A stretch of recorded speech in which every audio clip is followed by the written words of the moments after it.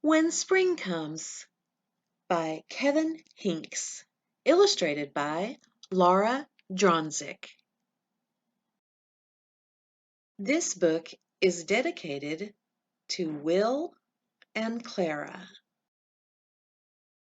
Before spring comes, the trees look like black sticks against the sky. But if you wait, spring will bring leaves and blossoms. If you wait, spring will make the leftover mounds of snow smaller and smaller and smaller until suddenly they're gone. Before spring comes, the grass is brown. But if you wait, spring will turn it green and add little flowers. If you wait, an egg will become a bird. A seed will start growing. Spring comes with sun, and it comes with rain, and more rain, and more rain. Do you like mud? Do you like puddles? I hope you like umbrellas. Before spring comes, the garden is just dirt and empty.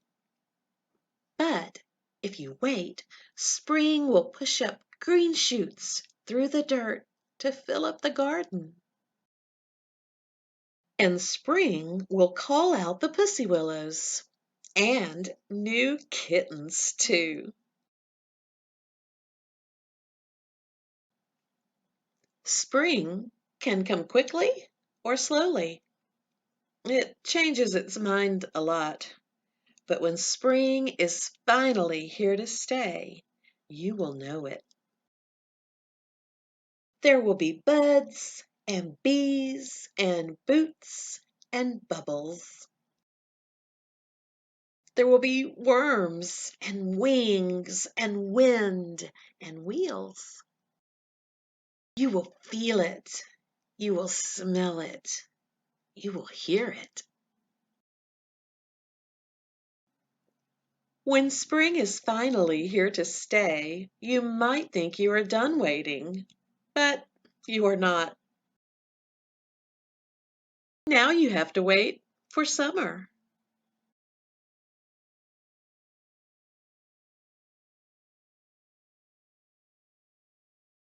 Today's Storytime craft is going to celebrate spring by making this mother bird in a nest. I'm going to show you how to draw the tree branches, make the nest, the eggs, and the bird. First, you will need a large piece of paper to draw on and to glue your nest to. You're also going to need a pencil or something to draw with, a piece of paper to make your mother bird. I chose a darker blue color, but you may choose any color that you like. A piece of brown paper to make your nest, construction paper, or even a piece of brown paper bag will do. Actually, the brown paper is optional, and I'll talk about that later. If you don't have brown paper, it's okay. You're going to need glue. You're going to need something to spread the glue with, like a paintbrush like I have here, or a cotton swab, or you can just use your fingers too. Now, here's where the optional supplies come in. Again, just use what you have. You'll see I have brown tissue paper, 2 shades of construction paper, white paper. I've got some cotton balls, but again, see what you have that might make a great nest. I also gathered up a brown marker, a brown crayon, and some brown washable paint to go with my brown construction paper. Now you're not going to need all of these. I'm going to show you how you can use one or all of these to color in the tree branch that you're going to draw. Did you hear that right? Yep, you're going to draw the tree branch the nest is sitting in and color it in. So let's get started. Lay out your large light blue piece of paper or whatever you're using. Lay it out long ways so that the longest part of the paper is nearest to you. Now, down in the very bottom of the right-hand corner, but if you're left-handed, it may be easier to start on the left-hand side, but the method's essentially the same. It's completely the same, even if you start on the other side. You're going to make a dot near the corner of your paper and then go up maybe 1.5 or 2 inches. I just measured by finger widths and I went about the width of my 2 fingers, but it doesn't have to be exact, and just make another little dot up there. Starting at the lowest dot, or the one near the corner, you're just going to start drawing a wavy line up towards the opposite corner. So you're heading up to that top left corner, just making a wavy, squiggly line. It's just a squiggly line. Keep going to the edge. You don't want to go directly into the corner, but if you do, that's okay. Once you're done with that first squiggly line, go back down to your second dot and start another wavy line. Follow along more or less with the other line and take it up near the top left corner. You can't do this wrong, I promise. Just, this is making the width of your tree limb, and your tree limb and trees are bumpy and lumpy, and their branches are not straight.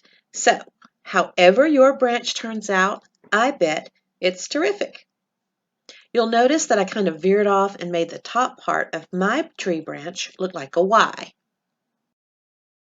That's so I could do this when I went in between and made a bumpy, squiggly kind of V to make my tree branch out. But you don't have to do it this way. If your tree just kind of goes straight off the edge of the paper, your branch, that's perfectly fine. Now, remember when I said you had several options when it came to coloring in your tree branch? Well, you do. If you want to tear up bits of brown paper and fill in your tree branch with paper and glue, you can, like this. But you can also use a crayon or a marker, and I've kind of given you an example of each. It's really your choice. But if you have brown paint, and this is washable paint, which is recommended if children will be painting, you can use that too. I use the brown paint to color in the rest of my tree branch. Okay, while your tree branch is drying, you'll get a brown piece of construction paper or a piece of white paper colored brown, whatever you're using, and start drawing your nest, which is really easy. So just draw a happy face, whatever size you want your nest to be. Then connect the two ends of the happy face with a sad face to finish the shape of the nest. I drew in another happy face to make it look like the nest had an inside and an outside, but you can skip this part if you want. It will mostly be covered up by what you glue to the nest shape. And you'll cut out the nest and pick a spot and glue the nest to your tree branch. You can stop here with the nest if you like, but to really make the nest look like a nest that a mother bird would make, we're going to add lots of stuff to it. So start gathering up what you want your nest to be made of. And to make it look more like a nest, you can use torn bits of paper, brown tissue paper. I had some raffia ribbon. I even went out and gathered small, lightweight sticks and some pine straw to add to the nest. Just remember that's going to need a little extra glue. If you have sticks and pine straw that you're going to glue to the nest, it'll need a little bit more glue than just the paper or the raffia ribbon. Then I just spread the glue on the nest shape and started adding stuff on. And you can add as much or as little stuff as you like.